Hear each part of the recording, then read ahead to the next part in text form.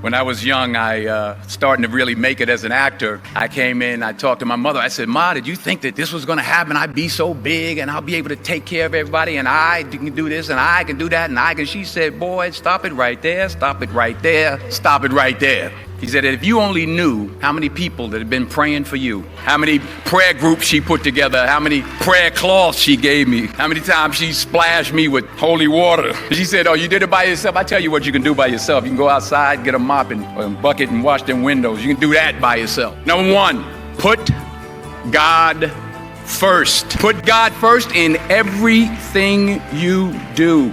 Everything that you think you see in me, everything that I've accomplished, everything that you think I have, and I have a few things, everything that I have is by the grace of God. Understand that. It's a gift. 40 years ago, March 27th, 1975, it was 40 years ago, I was flunking out of college. I had a 1.7 grade point average. I was sitting in my mother's beauty parlor, and I'm looking in the mirror, and I see behind me this woman under the dryer. And every time I looked up, she was looking at me, just looking me in the eye. She said, somebody give me a pen, give me a pencil. I have a prophecy. March 27, 1975. She said, boy, you are going to travel the world and speak to millions of people. Now, mind you, I was flunked out of college. I'm thinking about joining the army. I didn't know what I was going to do. And she's telling me I'm going to travel the world and speak to millions of people. Well, I have traveled the world and I have spoke to millions of people. But that's not the most important thing, the success that I had. The most important thing is that what she taught me and what she told me that day has stayed with me since. I've been protected, I've been directed, I've been corrected. I've kept God in my life and it's kept me humble. I didn't always stick with him, but he always stuck with me. If you think you want to do what you think I've done, then do what I've done and stick with God. Number two, fail big.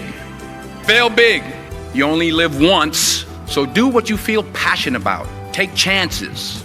Don't be afraid to fail. There's an old IQ test, was 9 dots, and you had to draw 5 lines with a pencil within these 9 dots without lifting the pencil.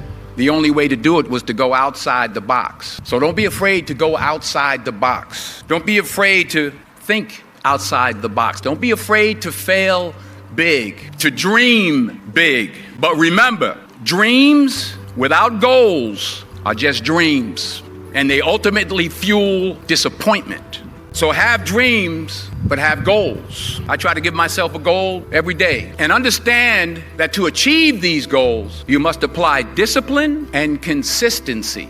In order to achieve your goals, you must apply discipline, which you have already done, and consistency every day. You have to work at it every day. You have to plan every day. You've heard the saying, we don't plan to fail, we fail to plan.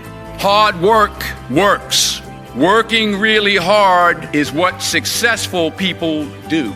Remember, just because you're doing a lot more doesn't mean you're getting a lot more done.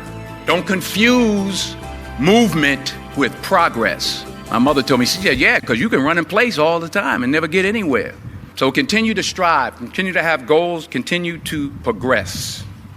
Number 3, you'll never see a U-Haul behind a hearse. I don't care how much money you make, you can't take it with you.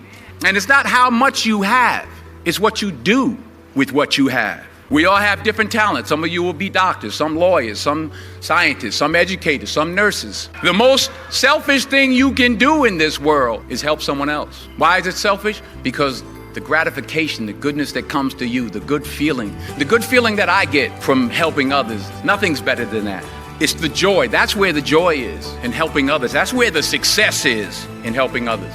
Finally, I pray that you put your slippers way under the bed tonight, so that when you wake up in the morning, you have to get on your knees to reach them. While you're down there, say thank you for grace. Thank you for mercy. Thank you for understanding. Thank you for wisdom. Thank you for love. Thank you for kindness. Thank you for humility. Thank you for peace. Thank you for prosperity. Say thank you in advance for what's already yours.